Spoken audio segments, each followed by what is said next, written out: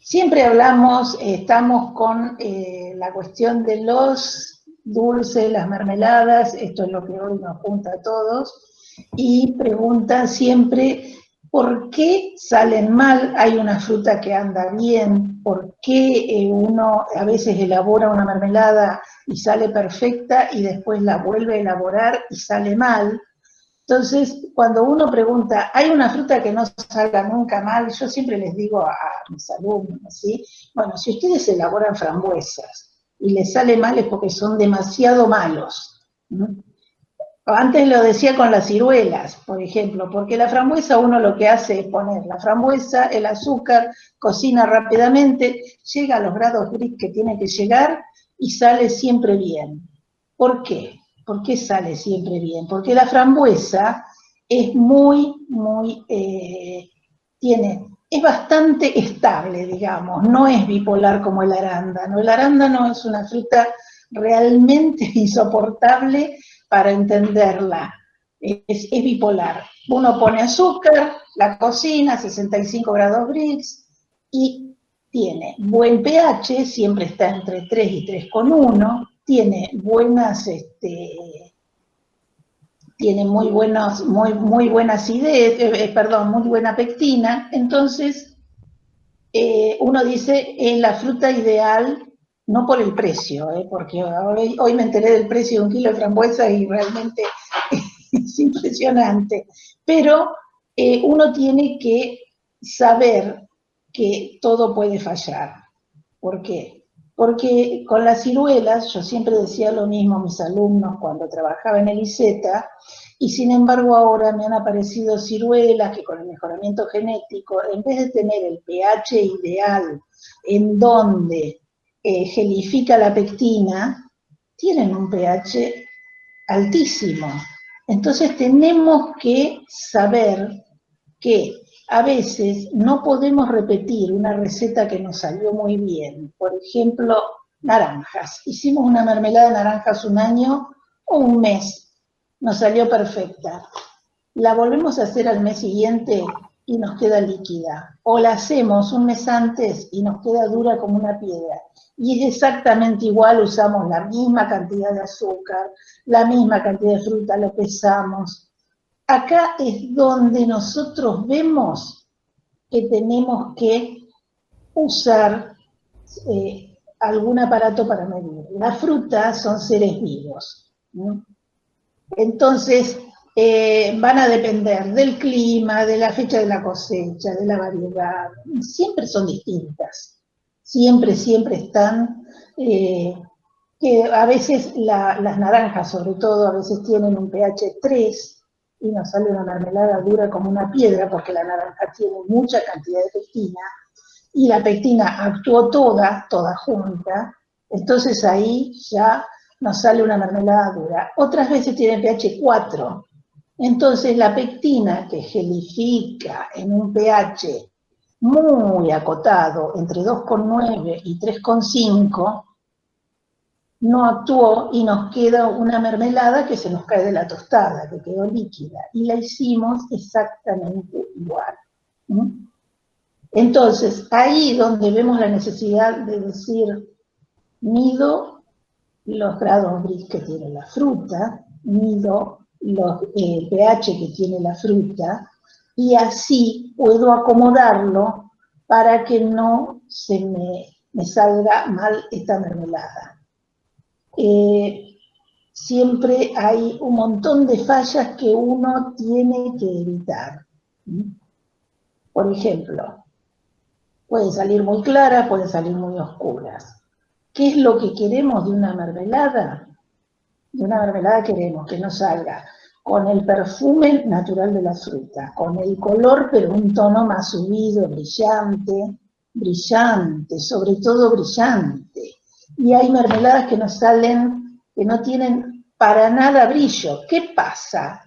¿Qué pasó? ¿Por qué no me apareció el brillo en esta mermelada?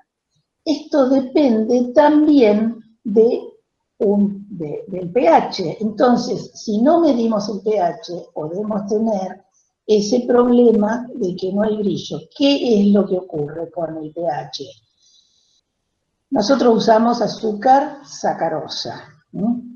Esa azúcar sacarosa está formado, bueno, químicamente vayan a repasarlo, pero está formado por una molécula de glucosa y otra de fructosa, y con la acidez de la fruta, por ejemplo la frambuesa que tiene pH 3,1, se parte y aparece una parte de glucosa que le da gusto a mermelada, le baja ese dulzor empalagoso que a veces tienen algunas mermeladas, ¿no? Porque hay una inversión de la sacarosa. Entonces, si nosotros estamos haciendo una mermelada de una fruta y no nos dimos cuenta que la fruta está en pH 4, no solo no va a gelificar, ¿no?, la pectina, sino que también va a haber un problema con la inversión de la sacarosa. Hablando de las naranjas, por ejemplo, nosotros cuando estamos hablando de un producto que tiene demasiada acidez, demasiada pectina, entonces por ahí nos hacemos una regla. Claro, perdón que te interrumpa. Después, ¿querés que lo veamos eso cuando veamos cítricos y ahora vemos qué pasa con las poco ácidas? Perfecto. Como no hay inversión de la sacarosa en las que son poco ácidas, entonces ahí, ¿qué tenemos que hacer? Tenemos que intervenir nosotros, pero tenemos que saber que son poco ácidas. Acá nos encontramos con, sobre todo los que son hortalizas. Nosotros hacemos mermelada de zapallo, mermelada de batata, mermelada de... Bueno, ahí aparece el higo, ¿no?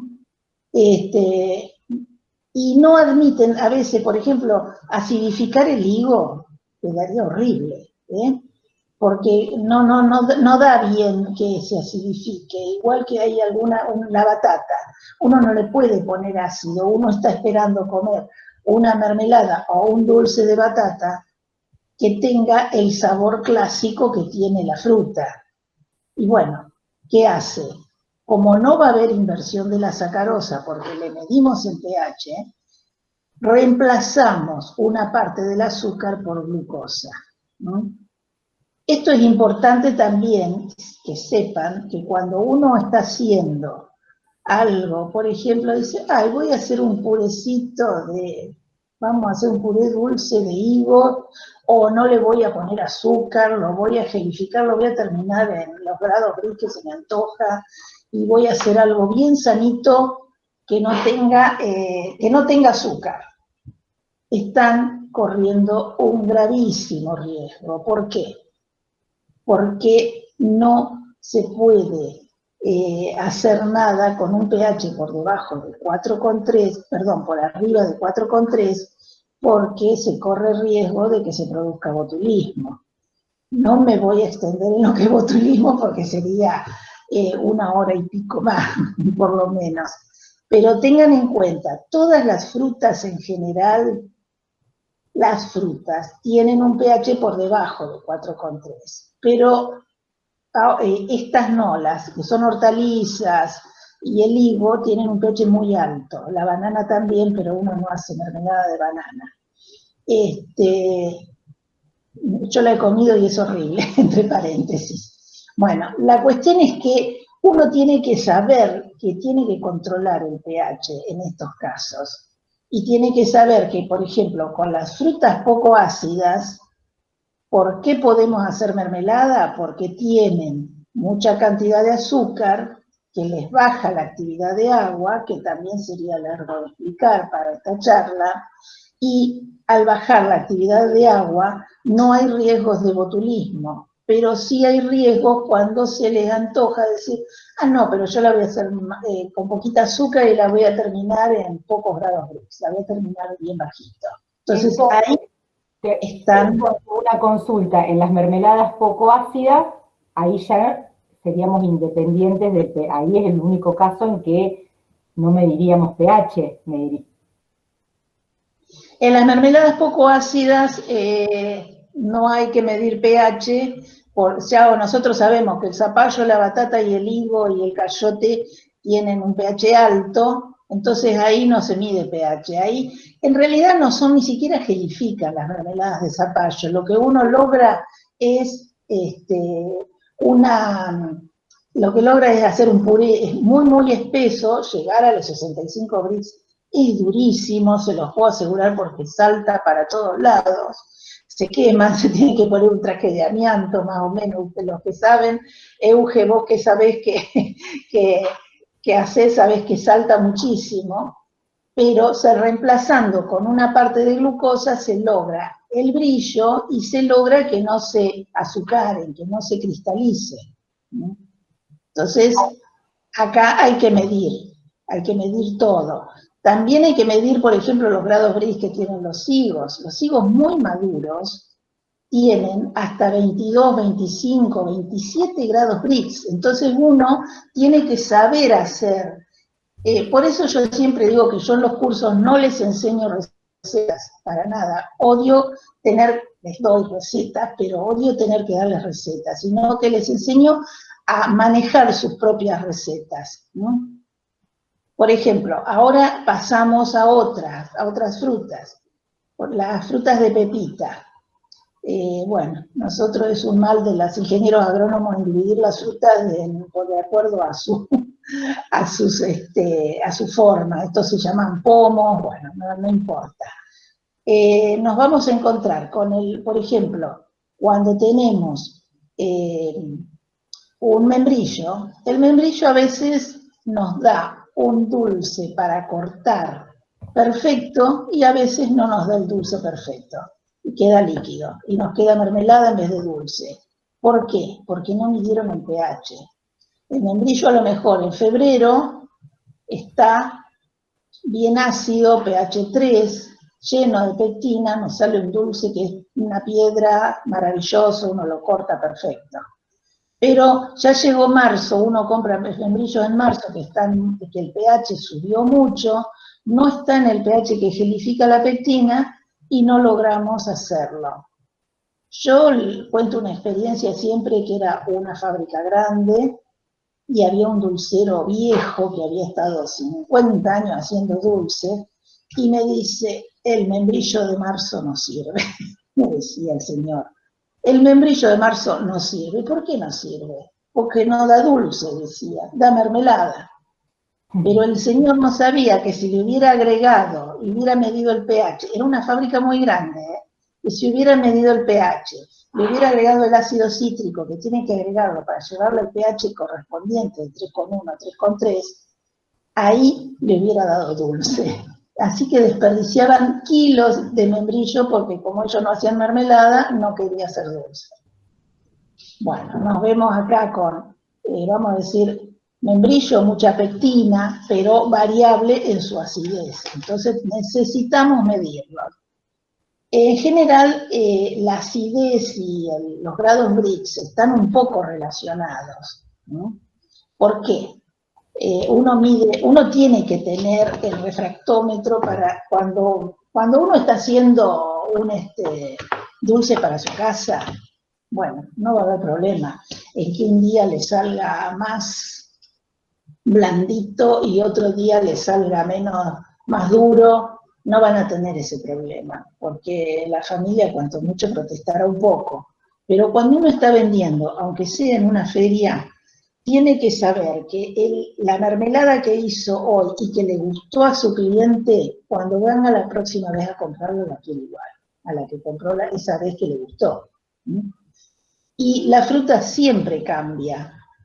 Por ejemplo, cuando uno mide los grados Brix de la pera, hay veces que yo he medido grados Brix de la pera y tienes 8, y hay veces que tiene 18.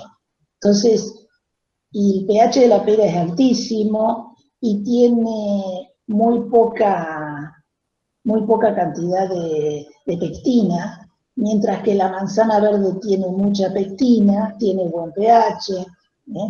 Entonces, pero cuando uno está, qué sé yo, de septiembre, ahora, quiere hacer una mermelada de manzanas verdes, no es lo mismo que cuando la hace en marzo, que están recién cosechadas. Y si les mide el pH, se va a dar cuenta que en marzo tenía pH 3 y ahora tiene pH 3,6, porque por el metabolismo propio de las frutas, el ácido se va transformando en azúcares. Entonces, ahí hay que hacer los controles. Cambio de grupo. Sí. ¿Te parece? Cambia el grupo. Cambia del grupo, sí. Bueno, acá nos encontramos con el bipolar de los frutos, el arándano. El arándano es lo más difícil, a lo mejor, si uno no tiene con qué medir, es una fruta maravillosa, uno saca una mermelada riquísima, pero si uno no mide, puede tener a lo mejor un arándano de 8 grados Brix y he tenido arándanos de 16. Cuando el arándano está verde, uno no se da cuenta, a no ser que los mida los Brix o que los pruebe. El arándano verde tiene hasta la característica, la mala característica, que disuelve la pectina de bajo metoxilo que uno le agrega. Uno agrega pectina, ¿y qué pasó que no gelificó? Porque es muy astringente, uno lo prueba y se da cuenta al toque que está verde, lo mira y no se da cuenta nunca. Entonces, aparte, si provienen de Tucumán, son un tipo de arándano, si vienen de Entre Ríos son otros. Es decir, yo he tenido muchos problemas con los arándanos. Entonces, ahora lo primero que hago cuando recibo unos arándanos, agarro unas muestras, mixer, y empiezo, mido grados Brix, mido pH, y ahí sé en consecuencia cómo actuar con los arándanos. No pasa, las frutillas son frutas que tienen poca pectina, las moras o boysenberries son geniales, igual que las frambuesas, así que hay alternativas así para poder evaluar. Por ejemplo, uno va a hacer una mermelada de frutos del bosque, o frutos rojos, como se llame, que pone 4 frutos distintos. Entonces, si uno sabe que las frutillas no tienen pectina, y tienen una acidez alta, tienen 3,8, un pH alto, perdón, una acidez baja y un pH alto. Entonces, ¿qué tiene que hacer? Pero para eso los boysenberries tienen un pH bajísimo. Entonces, tiene que ir, si uno tiene el pHímetro, ¿qué va a hacer? Cuando esté la mezcla hecha y todo, va a medir el pH y va a saber, o va a medir el pH de 1 por 1 y va a saber cuánto de ácido cítrico le va a agregar de acuerdo a los kilos que uno tenga. Pero si uno no mide el pH, un día puede salir bien y otro día puede salir mal. Así que ahí al costadito ven que hay un refractómetro, esto es lo que se ve adentro de un refractómetro, cuando uno está midiendo los grados Brix. Ahí dice 30 Brix sería o una mermelada muy de bajas calorías o las uvas que yo me estaba comiendo el otro día, que les medí los grados Brix y casi muero porque no lo podía creer, estaba engordando a pasos agigantados porque tenía cerca de 29 grados Brix, así que yo dije, basta de uvas. Esas uvas rosadas, ¿vieron? Que son tan ricas, por eso son ricas. Bueno, y acá vamos a otros difíciles, los cítricos. Los cítricos son difíciles, porque también tienen mucha cantidad de pectina, a veces son demasiado ácidos, demasiado. ¿Y qué pasa cuando la fruta es demasiado ácida? No sé si les habrá pasado a ustedes alguna vez, pero en las frutas demasiado ácidas, lo que hacemos es, hacemos una deliciosa mermelada, nos quedó bárbara, y después de unos días vamos a abrir un frasco, ¿y qué pasó? Se rompió toda la gelificación, nos había quedado un gel perfecto. Se rompió todo el gel, y después de un tiempo, a mí me pasó con mis alumnos de haber hecho una mermelada de limón, la fuimos a buscar a los 6 meses, y era negra, y líquida, directamente líquida. ¿Por qué? Porque tanta acidez produce sinéresis. La sinéresis es la rotura del gel que tiene, se rompe. ¿Vieron cuando uno deja al calor un yogur? y que de arriba se le hace una capita, se achica la parte sólida y larga un poco de líquido. Bueno, muchas veces cuando hacemos mermeladas muy ácidas, se produce una sinéresis, pero una sinéresis en el caso de los limones o de los pomelos, que a veces tienen un pH 2,1, 2,2. Entonces uno tiene que inventar cosas para subirle el pH. Por ejemplo, con Giselle lo que hacemos es cortar los limones finitos enteros y ponerlos en agua, tirar el agua, bueno, hacerle lavados para sacarle acidez. Así que acá medimos el pH, medimos los grados Brix, porque no tenemos otra manera de poder hacer bien o repetir bien una mermelada. Ustedes saben que calidad es hacer una cosa y repetirla siempre igual. Siempre los cítricos se hierven antes, es decir, ¿por qué? Porque si uno los agrega con el azúcar directamente, yo he visto ahora justo una cocinera que estaba haciendo que las cascaritas de la naranja las ponía crudas adentro junto con el azúcar. Esas cáscaras quedan, por el problema de ósmosis, esas cáscaras quedan endurecidas, porque por presión osmótica van a largar su líquido de adentro y van a quedar como cueritos, y no son ricas. Siempre hay que hervirlos a los cítricos antes, para que se ablanden todos los ollejos y todo eso, y después recién ponerles el azúcar. Si querés pasar, Giselle. Después, total, cuando estén las preguntas... ¿Qué pasa? Esto ya hablamos, si querés, sigo con esta y, perdón, me pasé. No, acá. Combinaciones o... Bueno, y bueno, y cuando uno quiere hacer combinaciones, eso está genial hacer, primero porque se usa, después porque es riquísimo. Cuando uno tiene, por ejemplo, una mandarina que tiene un pH casi 4, las criollas, vieron que son tan ricas la cáscara y todo, tienen un pH muy alto. Entonces, la mezcla con limones, con manzanas, entonces uno al hacer la mezcla ya le está subiendo la cantidad de pectina, le está subiendo la cantidad, la acidez que tienen, así que es muy importante. Por ejemplo, mermeladas de zapallo, donde se agregaron limones enteros, queda buenísima.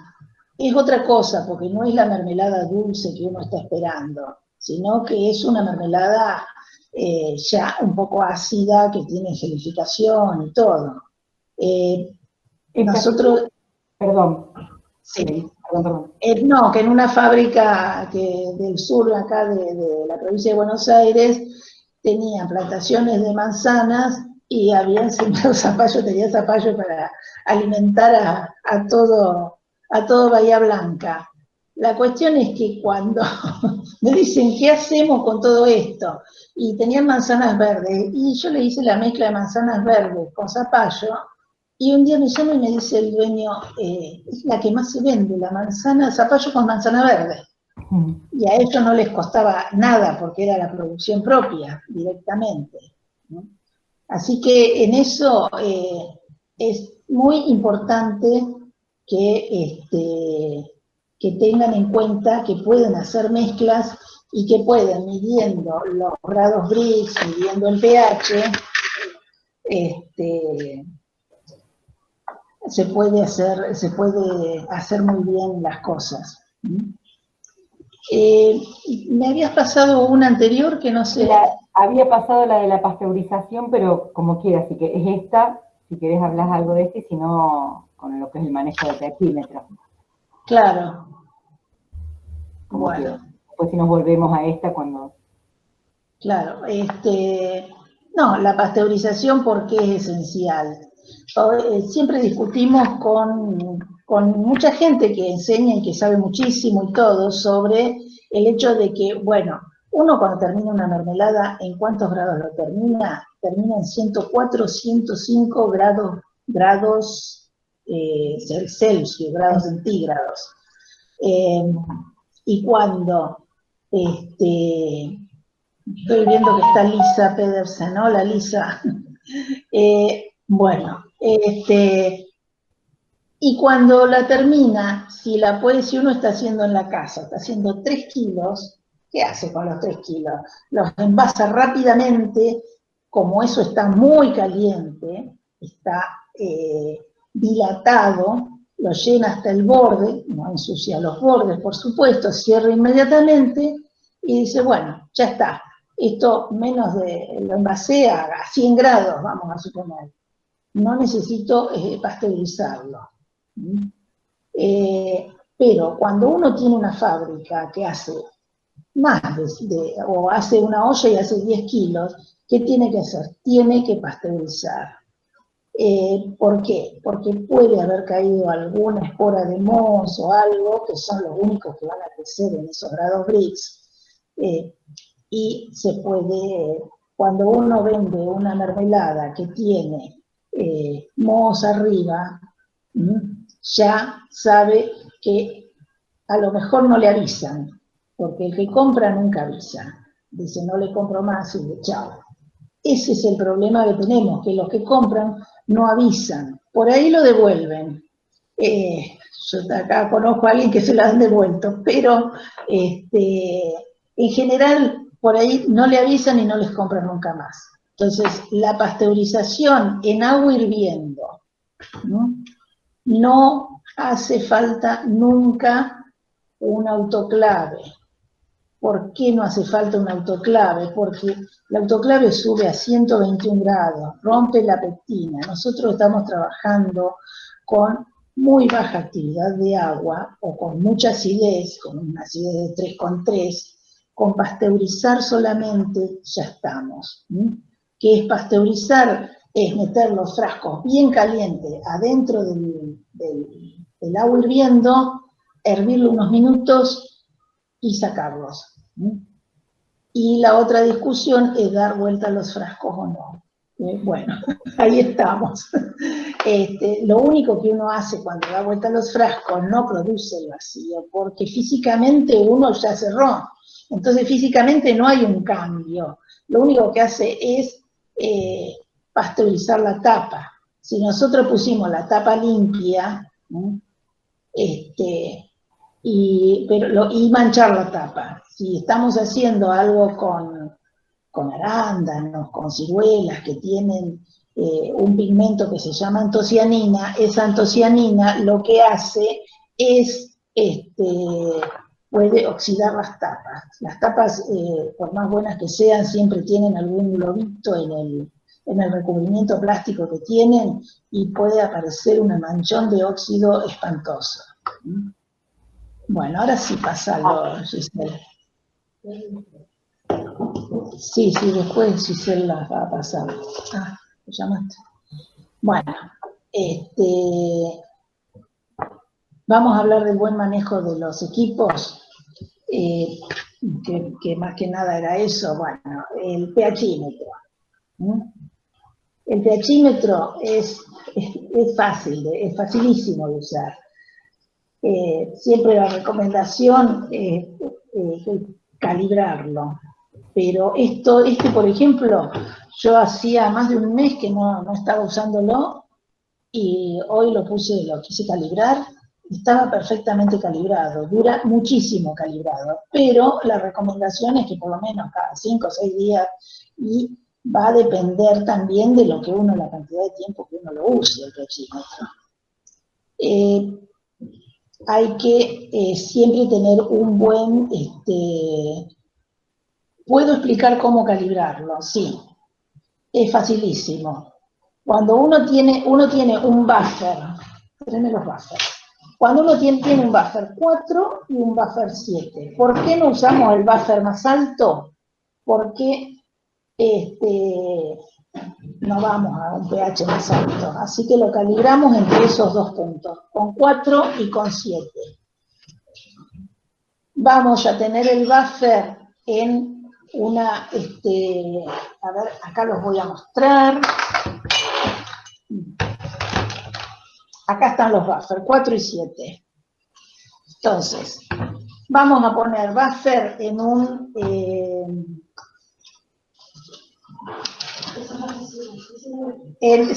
generalmente en un vasito, ¿no? En un vaso no, en un frasco. Acá estoy usando una copa. Y lo que hacemos es introducir el pHímetro adentro del buffer. Primero lo remojamos un poco. Lo que conviene es remojarlo un poco, ponerlo en agua. Yo lo tenía en un vaso con agua, un ratito, para que activar, porque lo que tiene acá es un electrodo que es permeable a los iones, por eso lo remojamos un poquito para que se actúe, y después lo único que hacemos es prenderlo y poner cal, que es calibrar. Esperamos un ratito y inmediatamente, en unos minutos, a veces tardan más, a veces tardan menos, de acuerdo a la temperatura que tenga el buffer tiene que estar a temperatura ambiente. Por eso, yo siempre les digo que esto, por más que que la gente dice que no hay que ponerlo en la heladera, el frasco grande lo guardan en la heladera. Y el frasco chiquito que ustedes tienen para calibrarlo, lo guardan afuera, a temperatura ambiente. Entonces, cuando se calibró en uno de los pHs, se lava y se calibra y se hace exactamente lo mismo en el otro, ¿sí? Se lava con agua de la canilla. Eso es lo bueno, porque eso es lo bueno que tiene, porque porque en general los de laboratorio lo que hay que hacer es lavarlos con agua destilada, y en una fábrica, cuando uno está elaborando a toda velocidad con las Clara, ollas. una consulta, ¿se seca el electrodo y si se seca con qué? Se seca con un papel bien suavecito, se lavó y se seca así nada más. Esto se le hace, no se le pasa. Y otra pregunta, ¿cuánto dura ese frasquito donde pusiste un poquito del buffer 4 y un poquito del buffer 7? Bueno, este pHímetro es tan inteligente que te avisa, empieza a titilar y a no calibrarse pero más o menos yo lo uso para unas 10, 12, 15 y después lo tiro y vuelvo a poner nuevo, ¿no? Pasa que a veces se hacen unos honguitos adentro del buffer del frasquito chiquito, no sería del frasco grande. ¿Qué se hace cuando pasa eso? No, hay que lavarlo perfectamente y tirarlo. Tengan en cuenta que los honguitos, los mohos, siempre se comen el ácido y cambian el pH totalmente. Esto se los digo así como una cosa para que cuando hay mohos y tienen una conserva y dicen, no, le saco la partecita de arriba nada más, piensen que además esos mohos de comerse el ácido y subirle el pH, lo que hacen, pueden largar alguna toxina. Así que si es un dulce, saquen un buen pedazo si lo quieren seguir utilizando. Y si es una conserva, la tiran. Una conserva de otro tipo. Bueno, sí, se puede. Perdón, vi una pregunta. Cuando uno está calibrando, se calibra solo, empieza a titilar hasta que llega a 7. Y después, uno puede, cuando tarda mucho, puede apretar Hold Enter. Entonces ahí se calibra, se queda en el 7 o en el 4. Y después se lava muy bien siempre, y se utiliza, uno lo que hace es mixear, tener un mixer y mixear la fruta, sacar, cuando uno está midiendo la mermelada, porque si le quedaron dudas sobre si le agregó la cantidad suficiente, ¿qué hace? Saca en un frasquito un poco de mermelada, la enfría, primero la sacude bien y la enfría abajo de la canilla. Primero sacúdanla bien porque yo me han roto varios frascos, porque uno las pone enseguida abajo de la canilla y el frasco se rompe. Entonces la enfría un poco así sacudiéndolo, lo enfría abajo de la canilla y tiene que estar a 20 grados más o menos, ¿no? Clara, Y una consulta. Hay una pregunta de cómo se hace en los pHímetros que tienen el tornillo de calibración. y es re difícil, los odio. Esos tornillos de calibración, uno lo que hace es ponerlo en el buffer y con el destornilladorcito esperar un rato que se estabilice y con el destornillador llevarlo al pH ese que tienen. Por ejemplo, si es el buffer 7, llevarlo a buffer 7. Enjuagarlo, esos generalmente se enjuagan con agua destilada, y después secarlo y ponerlo en el otro buffer y con el tornillo llevarlo a ese pH. ¿Qué pasa? Otra preguntita ¿qué pasa cuando estamos midiendo, por ejemplo, conservas en aceite o que ya no es agua y azúcar nomás? Bueno, la conserva en aceite, primero lo que hacemos, vamos a suponer que tenemos unas berenjenas en escabeche. Lo que hacemos es escurrir las berenjenas un poco, sacarlas del aceite, escurrirla, por ahí secarlo con un poco de papel de cocina para sacarle un poco más del aceite, mixearlas y ahí medirlas. El problema es que después, cuando se nos va a ensuciar el electrodo, entonces, yo lo que hago es poner un vaso con agua apenas tibia, siempre con agua fría o apenas tibia, pongo media gota de detergente, hago espuma y uno lo mueve así. Y otra de las cosas que puede ser útil con estos pHímetros, cuando uno mide frutas así como frambuesas, quedan algunas semillitas acá, yo tengo un pincelito lo más suave imposible y uno lo puede limpiar con el pincelito para sacar esa semilla y eso. Por ejemplo, cuando uno hace arándanos, siempre queda color azul, entonces hay que estar lavándolo con mucha suavidad y bastante complicado.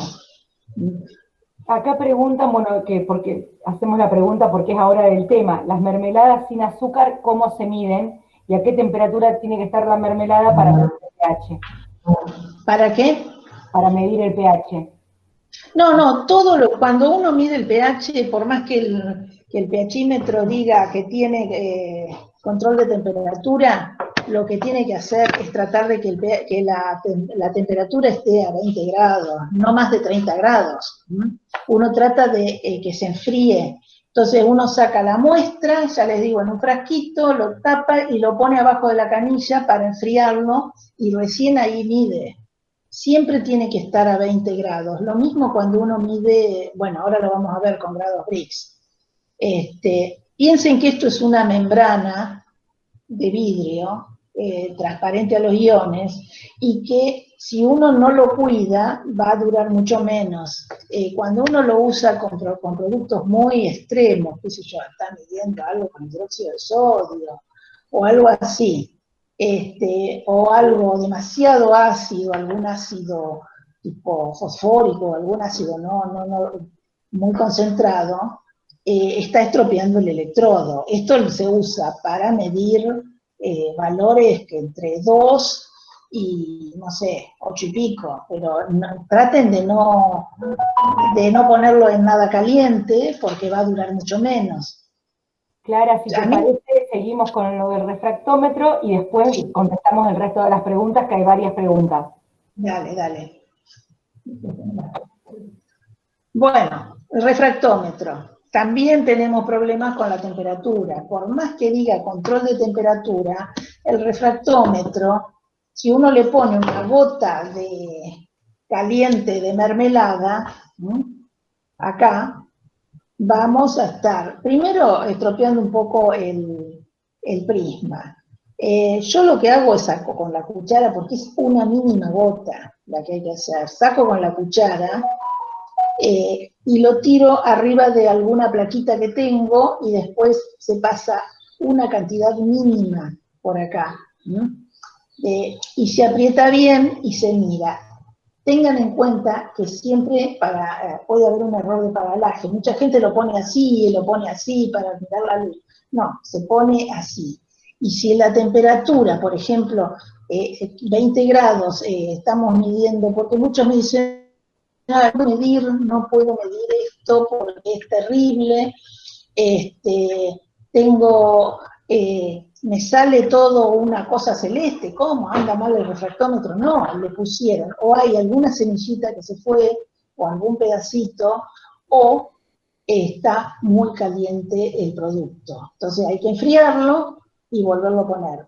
Y ustedes van a ver la división perfectamente, se puede medir perfectamente. Así que eso es muy importante. Esto, el prisma, es, bueno, yo les digo, esto lo tengo hace un millón de años y andan geniales, pero el prisma es muy delicado. Hay que cuidarlo ¿cómo? No raspándolo con un papel común de cocina, usar el papel más suave, higiénico, más suave que encuentren, o papel tisú, mojarlo, humedecerlo, limpiarlo. Clara, vos podés hacer la maniobra, cómo se hace, no tenés el chorro de la canilla ahí, pero explicar exactamente como si lo estuvieras midiendo en este momento. Sí, bueno, ustedes pusieron la gota, miden. Clara, te pido la palabra, Clarita. Sí, ¿cómo no? Además de hacer esto, después tenés la gentileza de repetir esas maniobras en primer plano, porque así te pueden ver todos grandes. Ahora estamos viendo la presentación también. Después. Bueno, sí, después. Dale. Lo que tienen que hacer es, yo no soy de meterlo abajo de la canilla, son a prueba de agua y a prueba de calor, pero hay que ponerse cerca de la canilla, mojar el papelito de tisú, pasarle suavemente. Ustedes saben que el azúcar se mueve con agua, no con alcohol. Cuando usamos alcohol, cuando seguro que han usado,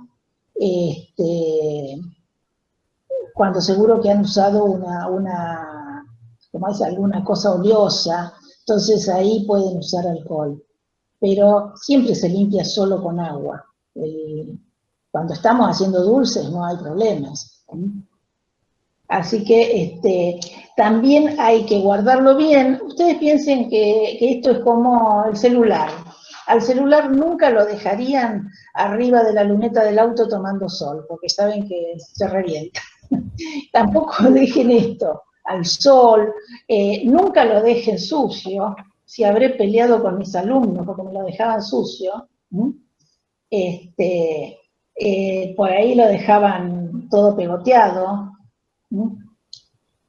No lo vayan a raspar. Sí, después. No lo vayan a raspar con ningún metal. Esta gotita que ven ahí en la cuchara, la dejan caer, pero no lo vayan a pasar con el metal. Bueno, ahí está. La muestra tiene que ser mínima. Entonces uno por ahí, que yo veo, voy a un lugar y están sacando con un cucharón para tomar los grados Brix. No, con un cucharón no. Metan la cuchara de madera, la sacan y van a sacar con el dedo la cantidad necesaria. Y bueno, y ya que está bueno porque cuando metieron el dedo, si no se quemaron, es que está a temperatura para ponerlo. Pero, bueno, no sé, no sé, Giselle, si hay alguna otra pregunta. Ahora esta es la última, bueno, habla si querés un poquito del refractómetro digital y yo terminamos, salgo de la presentación y empezamos con las preguntas. ¿Hay alguna? Sí, aquí no sé. Bueno, el refractómetro digital lo que tiene es que por ahí te cubre todo y no sé, está buenísimo, pero yo soy fanática del refractómetro manual. Es muy fácil de usar también, hay que tener mucho cuidado con donde uno pone la muestra, porque si uno la raspa ya después no sirve, por eso también hay que poner... Tiene Clara, porque acá hay una pregunta, ya que dijiste te cubre todo, ahí alguien preguntó si hace falta tener 2 refractómetros, ¿cómo es ese tema? Yo me voy a la última, así dejo de compartir, donde acá termina la presentación, y vuelvo a la charla y vos contestás eso. Ahí.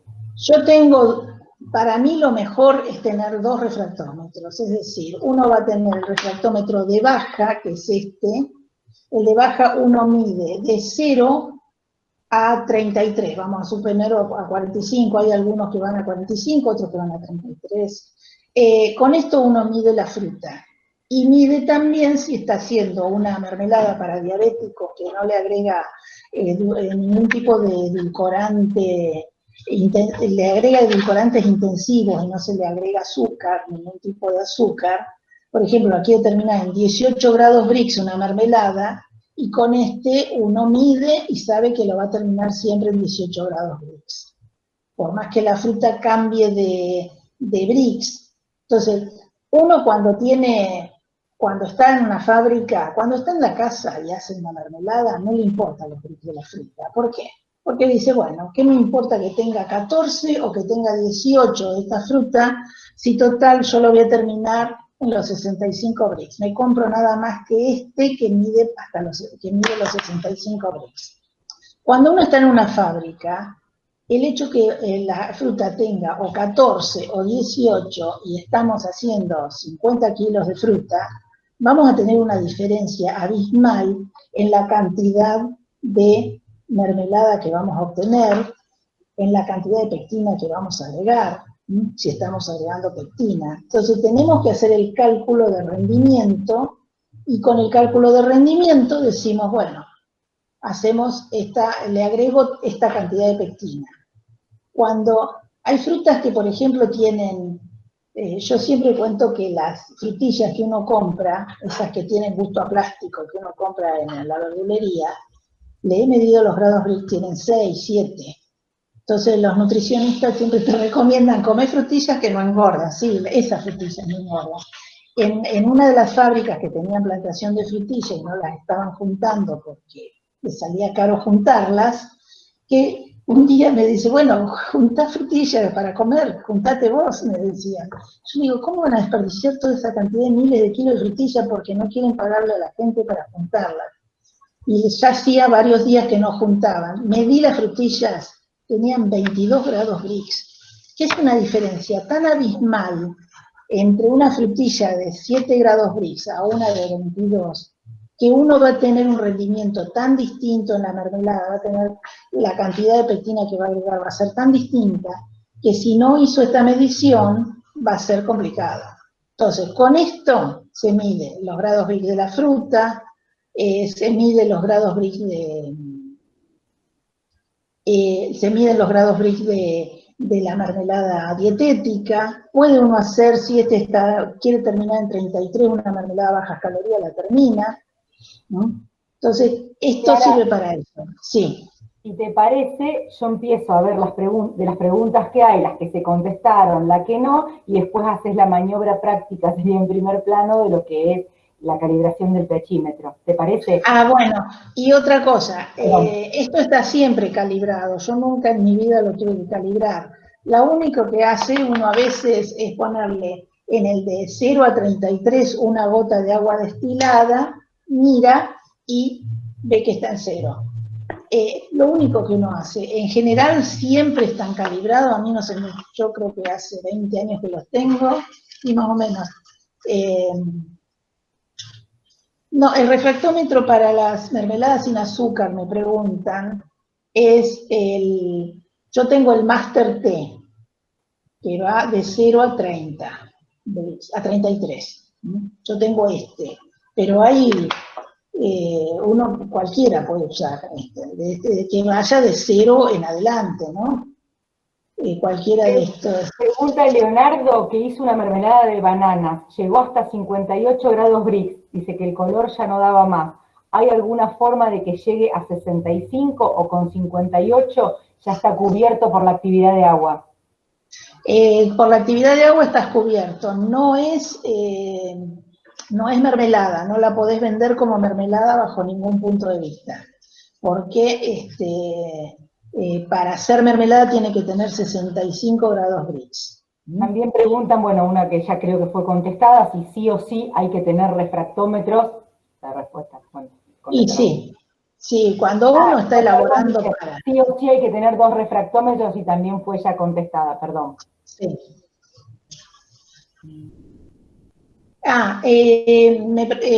Lo que tienen acá, el refractómetro, no sé si me están viendo, con lo que tiene acá, que es uno lo mueve, es para acomodarlo a la vista de cada uno. Entonces uno tiene, yo que soy re chicata, es distinto a cuando me lo agarra otro, yo digo, ¿qué pasa? No vi más, me quedé ciega. Y para eso es porque me los movieron. Clara Viviana pregunta, quisiera saber por qué no puedo llegar a la mermelada, por ejemplo, en el caso de frutilla, a los 65 Brix. Antes de los 60, con pH de 3,5 ya está lista, con buen color, brillo y sabor. Por la cantidad de azúcar que uno tiene. Si uno pone muy poquita azúcar, tarda muchísimo en llegar a los 65 Brix y obtiene muchísimo menos rendimiento. La cantidad de azúcar la decide cada uno, porque uno dice, bueno, yo quiero una mermelada que tenga más fruta que azúcar. En general, uno le pone 700 gramos de azúcar por kilo de fruta y se llega perfecto a los 65 grados Brix, 800 gramos, pero cuando está pagando 1.600 pesos el kilo de frambuesas, quiero que me rinda más. Entonces le pone 1 kilo de azúcar por kilo de frambuesas. Entonces rinde muchísimo más. La cantidad de rendimiento la diferencia de rendimiento es muy grande. No se puede poner más de 1 kilo de azúcar por kilo de fruta. Pero uno quiere hacer una mermelada con 500 gramos de azúcar, cuando uno le pone estoy leyendo, a veces leo algunas de las preguntas y me distraigo. Cuando uno hace una mermelada con 500 gramos de azúcar, no llega nunca a los 65 Brix y se oscurece. Y uno tiene que terminarlo rápido para que no se oscurezca. No tan rápido como para que no haya inversión, pero lo suficientemente rápido como para que no se ponga oscura. Sobre todo la frutilla es una fruta que si uno la termina en un rojo brillante, perfecto, después se va oscureciendo con el tiempo. Si uno la termina en un bordó, que generalmente todo el mundo la termina en un color bordó, después cuando pase el tiempo, a los 2 años, y quedó en un supermercado, va a ser color marrón oscuro. Así que hay que terminarla en rojo, rojo brillante para que no se siga oscureciendo, porque tiene un pigmento bastante... por ejemplo, yo no puedo hacer mermeladas dietéticas para diabéticos sin azúcar con frutilla porque en unos pocos meses se quedan pálidas, horribles. Así que hoy veo un gato que está tomando clases. Cuando pones glucosa, ¿estás evitando la inversión de la sacarosa? No, cuando pongo glucosa estoy imitando la inversión de la sacarosa. Es decir, como no hay inversión, lo que hago es le agrego un azúcar invertida. Yo no agrego jarabe de maíz de alta fructosa porque produce mucha sinéresis y soy enemiga del jarabe de maíz de alta fructosa por otro lado. ¿Puedo hacer una preguntita? Sí, cómo no. Quiero que, no sé si me contestás vos, Clara, o la gente de Griensu, ¿cuál es, digamos, con cuidado, con las prácticas, digamos, de cuidados básicas, cuál es la vida útil del instrumental? ¿Cuánto te puede durar, digamos, un pHímetro, un refractómetro? Más o menos. Yo te digo, yo estuve 30 años en el ISETA y los 30 años usé un Atago durante los 30 años. Así que, fíjense, fui a dar un curso a mi facultad, a la Facultad de Agronomía de La Plata, y cuando me encontré con el refractómetro que usaba yo cuando era estudiante, después de, no sé, 50 años de haberme recibido, no lo podía creer. Así que fíjense cuánto puede durar un refractómetro, ¿no?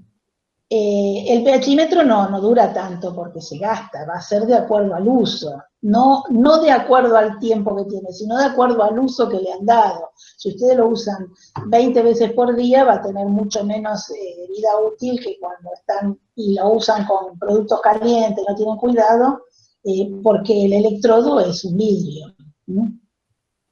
Así que pero he tenido pHímetro hasta 6 años, creo.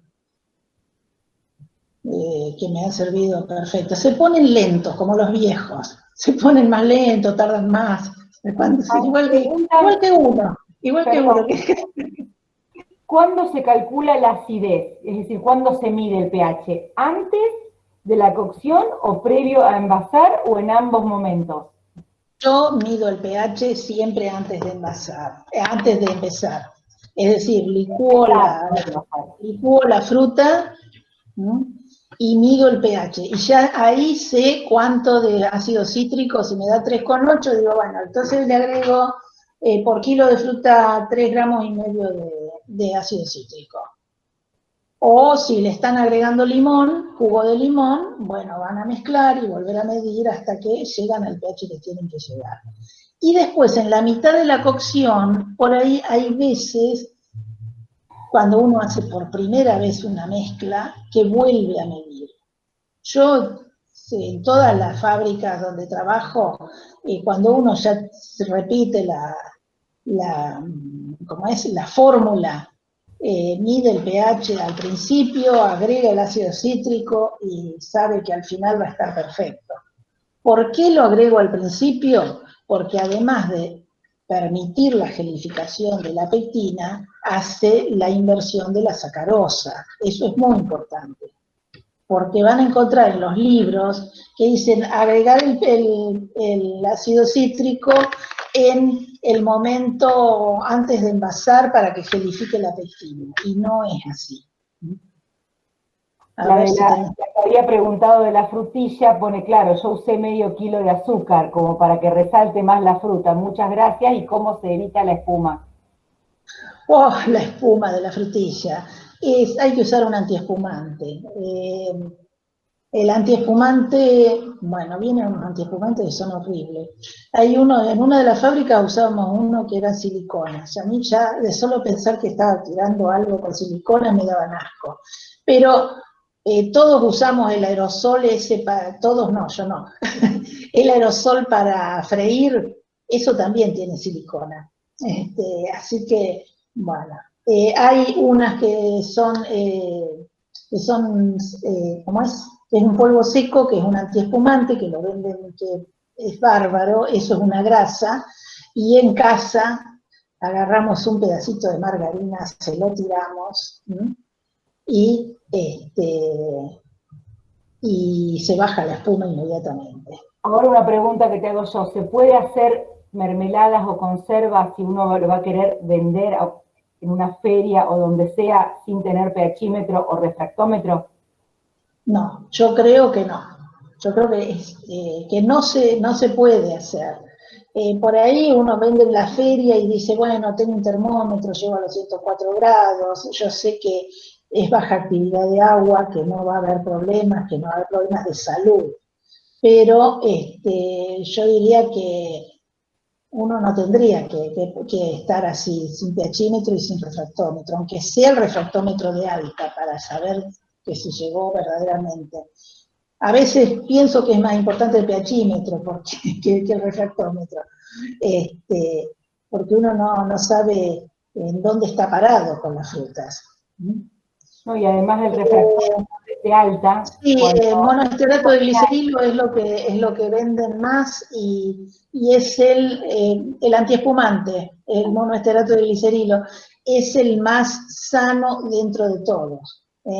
Pues yo el de siliconas, tengan en cuenta, ay, qué mala que soy, pero se los voy a decir, cuando uno compra esos jugos ricos que vienen en tetrabric y qué sé yo qué, le ponen cualquier cantidad de esa silicona. Le ponen silicona como antiespumante y le ponen goma sántica para espesar y para que quede, que parezca natural.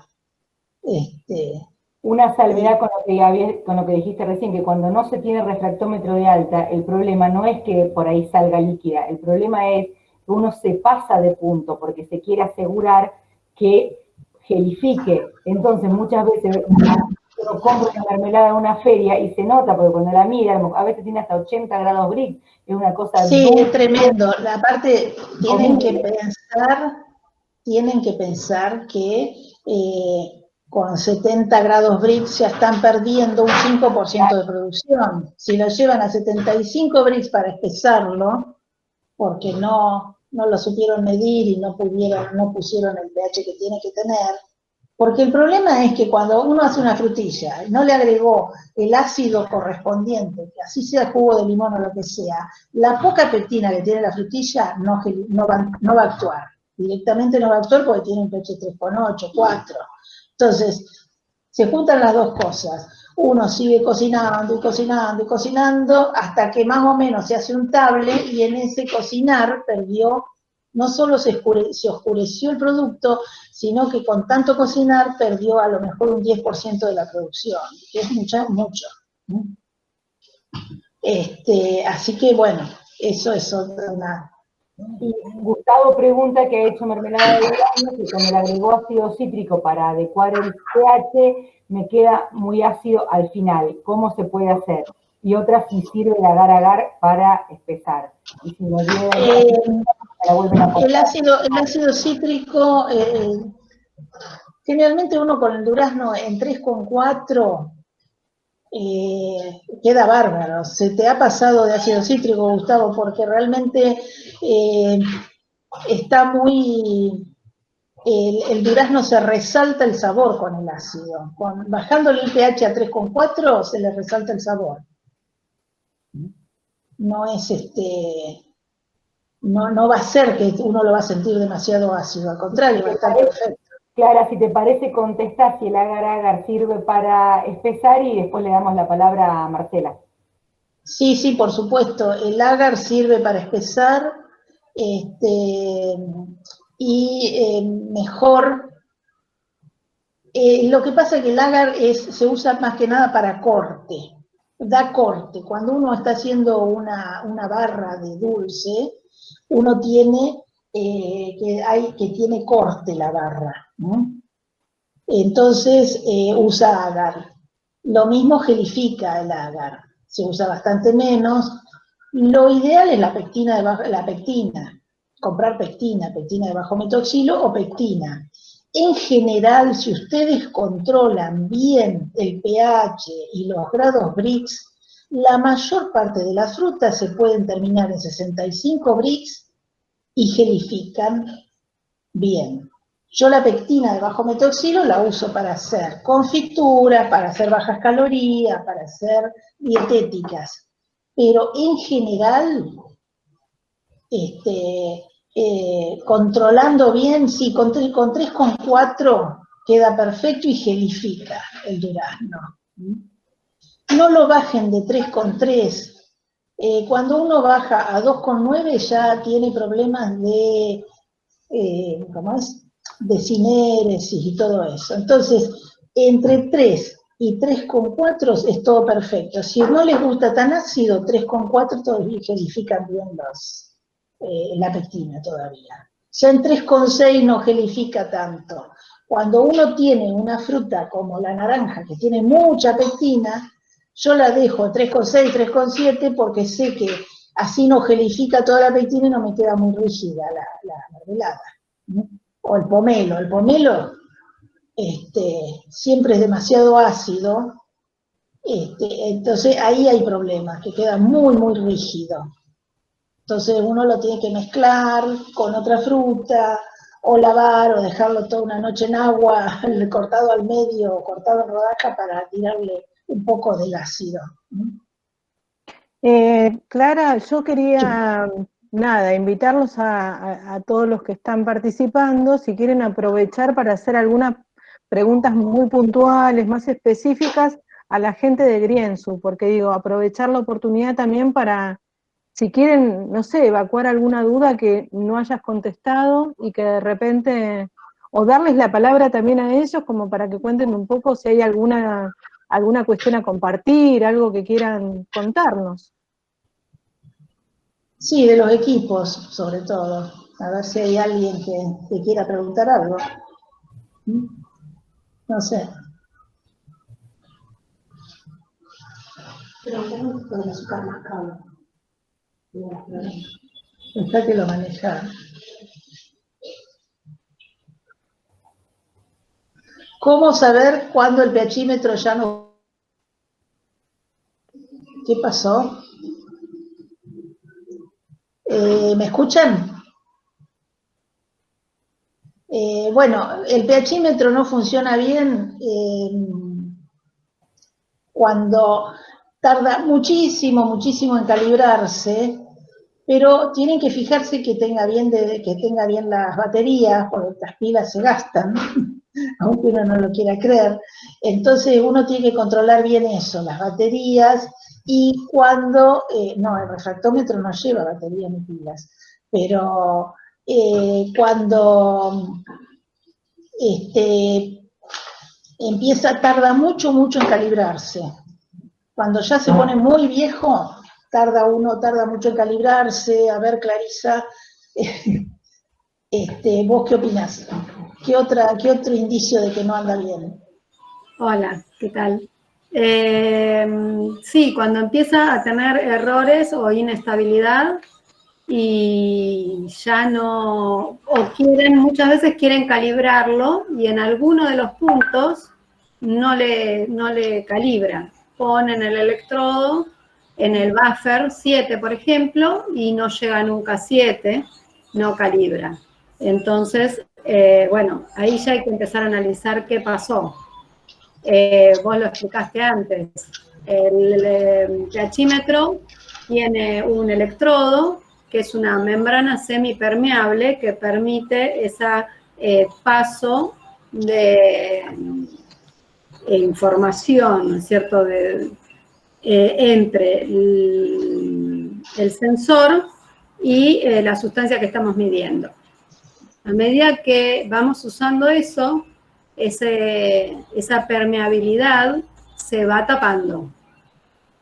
Es como un colador que se va poniendo viejo y se va tapando. Entonces, como vos les decías, acorde a la temperatura, al tipo de muestra, a la cantidad de usos que se le dé, no es lo mismo una persona que lo usa una vez por semana porque produce un cierto volumen una vez, o como la semana pasada me llamó una chica y me dijo, yo no paro ni los fines de semana. Entonces, la vida útil de ese instrumento va a ser diferente. Sí, está grabando. Va a ser más corta en un uso más intensivo que en un uso menos intensivo. Clarisa, hay una consulta, ¿hay alguna solución a donde se pueda poner a remojar el pHímetro cuando ya el que tenemos, por ejemplo, el electrodo, a lo mejor tiene varios años, es viejo, alguna solución o ácida?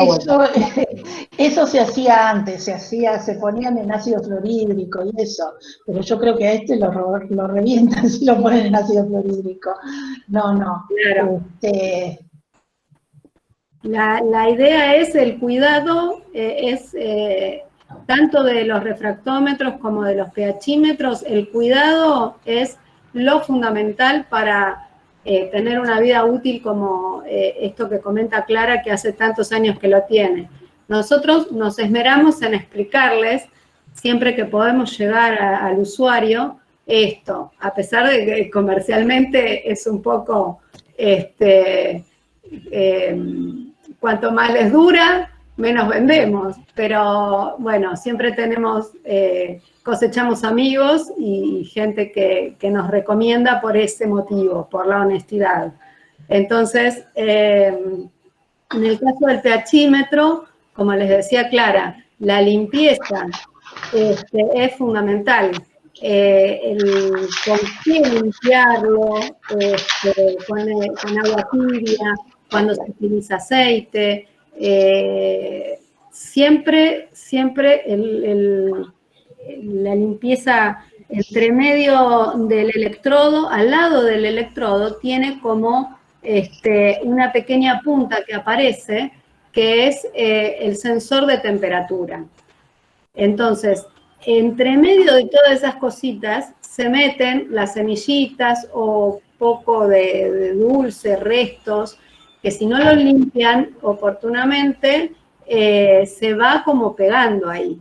Y eso hace a todo, porque si está bien limpio el electrodo de vidrio, pero quedó algo que fue tapando ese sensor de temperatura, bueno, después la temperatura no se va a transmitir correctamente y ya la plaqueta empieza a dar errores, porque hay una información que no le está llegando correcta para hacer los cálculos para los que tiene la programación. Hay una cosita que quería interrumpirte, Clary, las dos, Clary, a Clarisa.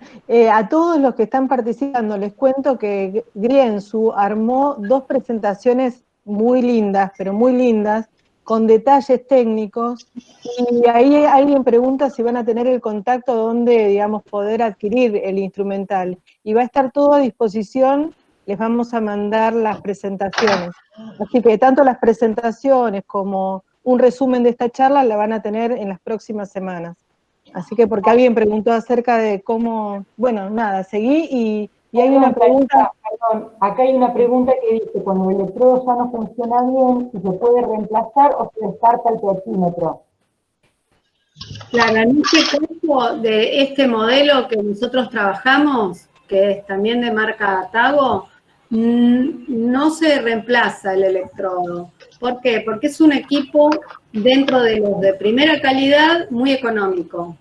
Entonces, si tuviésemos que reemplazar el electrodo, viene del exterior por separado y entra como un repuesto al país. Al entrar como un repuesto, o sea, a lo mejor es demasiado técnico o demasiado comercial este aspecto, pero está bueno que lo comentemos. Al entrar como repuesto, paga en aduanas un impuesto casi de un 20%. Por lo tanto, si yo tengo que sumar el costo del electrodo, el 20% de impuesto y la mano de obra del técnico, se termina convirtiendo en un costo igual o superior a un aparato nuevo. Por eso, los equipos de Atago, como son dentro de todo, como decíamos al principio, de buena calidad y buen precio, no se reemplaza directamente el electrodo, porque ese cambio costaría más que un instrumento. Bueno, no sé si Marcela o Giselle, alguna otra cosa. Me preguntaban por qué a veces no se ve bien en el refractómetro. En el refractómetro se tiene... en el refractómetro, por ejemplo, se tiene que fijar que no haya ningún pedacito ni ninguna semillita. Por eso a veces ven todo diluido el celeste y no se ve. Pero en esto yo siempre he visto perfecto la diferencia. Y otra de las cosas es el ocular, que uno por ahí lo tiene que graduar bien a la vista de cada uno. Por eso no ven. ¿Les puedo aportar algo? En el refractómetro también vamos al mismo tema que tiene que ver con los cuidados y la limpieza y el prisma. El prisma es un sistema óptico exacto que tiene que tener esa superficie pulida, bien brillante y sin rayaduras, porque funciona por un principio físico. Es decir, entra un haz de luz, que creo que probablemente en las presentaciones esté puesto, entra un haz de luz, se va a desviar de una manera que cuando atraviesa la escala va a pasar por el valor que tiene que medir acorde a la muestra que se puso. ¿Qué pasa? Si uno no limpia correctamente o si arrastra semillas, como vos explicabas, y produce rayaduras, eso se va opacando y esas rayaduras hacen que el haz de luz desvíe de una manera diferente. Entonces, va a apuntar para otro lado. O si el prisma deja de tener ese pulido, va a haber una visión borrosa de la división de campos, de donde está marcando la división entre un brix y el otro. Entonces, los cuidados son fundamentales. La limpieza con material no abrasivo, como carilina, ese tipo de sustancias. Otro tema con la visión borrosa tiene que ver con cuando le entra humedad a través de algún lado, o porque se puso la muestra muy caliente y se puede haber diluido a lo mejor, despegado a lo mejor alguna junta, entró humedad y se forman hongos o humedad en el cuerpo, también a través del ocular, el ocular puede haber tenido humedad y se ve borroso. Entonces, una pregunta a ambas, perdón, que para que expliquen qué pasa cuando se mide algo, por ejemplo, y cómo varía en función de la temperatura, que a lo mejor uno lo enfrió, pero no se enfrió tanto, y qué pasa que puede por ahí variar la medición. Claro. El equipo también, por un mismo principio físico, la concentración o la densidad va a variar con la temperatura. Por eso, por una definición internacional de grados Brix, se debe medir a 20 grados. Los aparatos están preparados para medir a una temperatura diferente. Lo que pasa que cuando en código alimentario dice a 65 grados Brix, está queriendo que esos 65 grados Brix sean medidos a 20 grados. Entonces, probablemente cuando estamos en el proceso de cocción, si sacamos una muestra más caliente, ese Brix no va a ser igual en caliente que cuando llegue a 20. Entonces, ahí hay que establecer un poquito y conocer a qué temperatura vamos a medir y qué Brix tendríamos que tener a esa temperatura. Eso nos consultan mucho cuando compran refractómetros digitales, que tienen un sensor de temperatura y como está tratando de calcular todo el tiempo, me dicen, no, pero no es estable, mide mal, me da un Brix y dentro de un minuto me da otro Brix. Bueno, pasa más o menos lo mismo. Es que lo que estamos viendo es igual, claro, es igual, lo que pasa que cuando eso va enfriando, va tomando nos va mostrando otro resultado. Y otra de las cosas que ocurre, perdón, Clary, es que por ahí uno mide los grados Brix cuando está cocinando y dice, ay, ya llegué a los 65, pero no tuvo en cuenta que en la mermelada hay trozos de frutas enteros, bueno, cuando a lo mejor estamos haciendo arándanos y la mitad de los arándanos están enteros, entonces los envasan, queda perfecto, qué sé yo, y lo van a medir los grados Brix y tiene 58 a los 10 días. Yo siempre digo 10 días porque es el término donde está perfectamente estabilizado todo adentro de un frasco.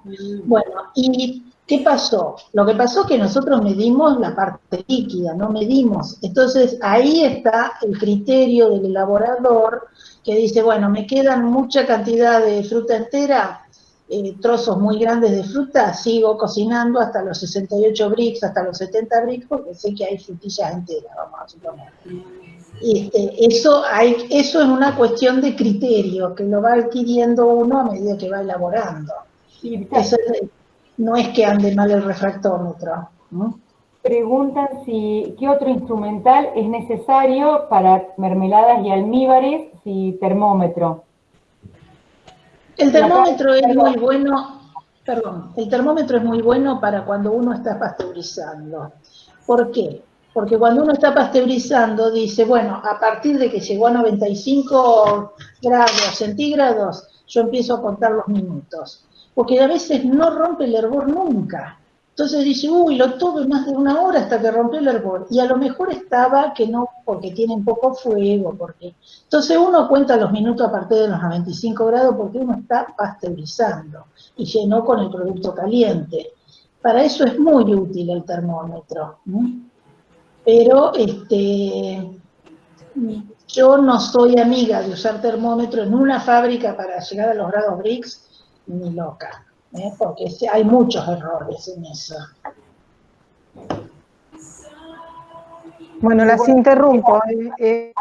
Decí. Hay una última pregunta que muchas veces dice termino en 65 y más tarde cuando se enfrió vuelvo a medir y subió a 68 o más.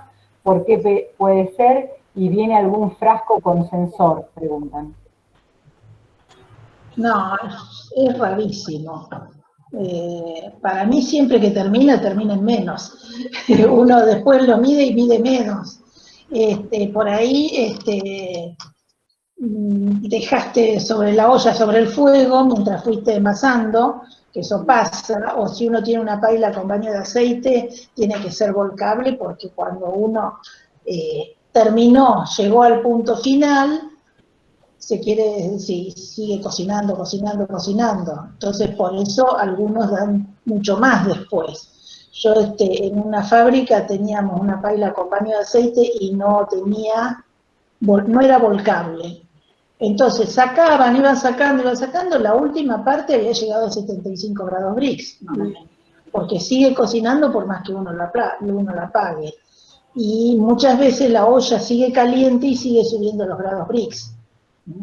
Pero es por eso, no porque suba en sí esas cosas. Si quieren hacer alguna consulta respecto de la temperatura, están Silvia, Juan, Esteban, que son de Griensu también, son los expertos, Silvia licenciada en química, Juan está licenciado en alimentos, entonces ellos seguramente van a poder explicar mejor esto de cómo varía la temperatura respecto de los grados Brix. Si lo cortan en frío, si lo miden en caliente, si suben o bajan los grados Brix. No sé si está Silvia por ahí o Juan. Acá estoy yo. Sí, buenas tardes. Primero quería decir, como habían aclarado muy bien todas, que en las presentaciones está nuestro contacto. Cualquier cosa, igual ahora lo podemos dejar en el chat, pero ahí está todo. Y explicamos un poco, van a ser 2 presentaciones que explicamos un poco las generalidades de los equipos que vimos hoy y también el buen manejo, que es súper importante, como vieron, para la buena medición y para que dure el equipo, para la vida útil. Después, con respecto a la pregunta de la temperatura, que ahí estaba hablando un poco Clara, Clara, también te lo digo y te lo consulto a vos. Vos cuando medís los 65 grados Brix, cuando tomás de la muestra a alta temperatura, esperás un momento a que se estabilice esa temperatura. Yo siempre tengo una fuente fría, fuente bien fría, saco una gota, la tiro arriba de la fuente y después recién mido. Nunca la pongo caliente, jamás pongo caliente en el prisma, porque yo creo que me tiene que hacer muy mal.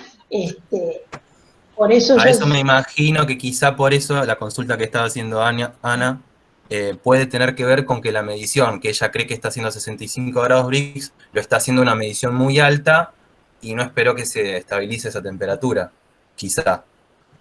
Sí, seguro. Seguro que está caliente. Bueno, no sé. ¿Terminamos, Marcela? Bueno, de nuestra parte, nada, nosotros muy agradecidos a todos y como dijo Juan, las presentaciones son primero son hermosas, las van a disfrutar porque tienen una estética divina y además muchísima información que les va a venir bárbaro, y en los 2 casos las presentaciones tienen toda la data de contacto. Yo no sé si ustedes tienen alguna cuestión, alguna novedad que quieran compartir, alguna cuestión, no sé, relacionada a alguna cuestión concreta, no sé si tienen algo más. Ahí pasó Juan los contactos, pero les va a llegar en las presentaciones. Sí. Bueno, no sé. Quedarnos a disposición de todos los que quieran consultar, ya sea que vayan a comprar o no. Nosotros estamos disponibles para explicar dudas, capaz que ya tienen un refractómetro y no necesariamente tienen que comprar, o lo mismo un pHímetro. Nosotros también podemos proveer las soluciones esas de buffer de pH 7. Tenemos algún modelito sencillo de termómetro tipo martesito también, pero siempre quedamos a disposición de cualquier consulta. Ahí va a figurar nuestros números de teléfono. Estamos trabajando en home office, pero estamos con todo el esquema igual, los teléfonos, cada uno tiene su directo, así que vía mail o como sea. Sabemos que muchos probablemente que están participando en esta charla tal vez sean de los que ya han comprado equipos y todavía no lo recibieron porque estaban a importar. Y les queremos aprovechar para contar que ya están en aduana, así que si Dios quiere, miércoles, jueves de esta semana los tenemos que tener acá para poder empezar a hacer las entregas. Y bueno, si alguien quiere aprovechar, nosotros vamos a ofrecerles 3 cuotas con tarjetas de crédito en pesos, que eso también les puede llegar a ser un poco de alivio en cuanto a la forma de pago. Y nada más, el resto queda a la disposición de todos. Gracias por escucharnos. Si tienen más preguntas, nosotros ahora en octubre, Marcela, largamos otro curso. La primera semana de octubre estamos de nuevo con otra edición. De todos modos, de esta charla vamos a sacar como las cuestiones más relevantes, les van a llegar en una suerte de apunte, y si todo salió bien, no quiero prometer, pero tendremos la grabación también para compartirla en algún lugar. Puede fallar, pero esperemos que no, porque dice grabando. Así que, nada, tendrán la grabación, tendrán el apunte, tanto digamos, las 2 presentaciones de Grienzu, y yo la verdad que quiero agradecerle a todos. A Clara, obviamente, ya sabemos que es como la food star del Nuevo Agro. Después, bueno, Gise, que es un tesoro de persona, que la verdad que es una entrevistadora profesional, y a cada uno de los que participan en el Nuevo Agro, porque de verdad confían en nosotros, es una apuesta que nosotros también confiamos en esto de seguirnos capacitando, educando, profesionalizando, ¿no? Nos parece que los emprendedores merecen jerarquizar lo que hacen, y en eso estamos trabajando todos. Así que, bueno, Clara, digo, y Grienzu también, no tienen, digamos, trato preferencial para grandes empresas, sino que el pequeño productor tiene un servicio de excelencia, que eso me parece súper importante, ¿no? Me parece muy valioso, y jerarquizar el trabajo de los pequeños también. Así que, bueno, yo nada más que agradecer. Bueno, yo también, muchísimas gracias. Una experiencia súper linda, nos vemos. muy valiosa. Bueno, muchas gracias. Adiós. Bueno, que estén bien todos. Gracias. Para ustedes, así. Muchas gracias. A todos. Gracias.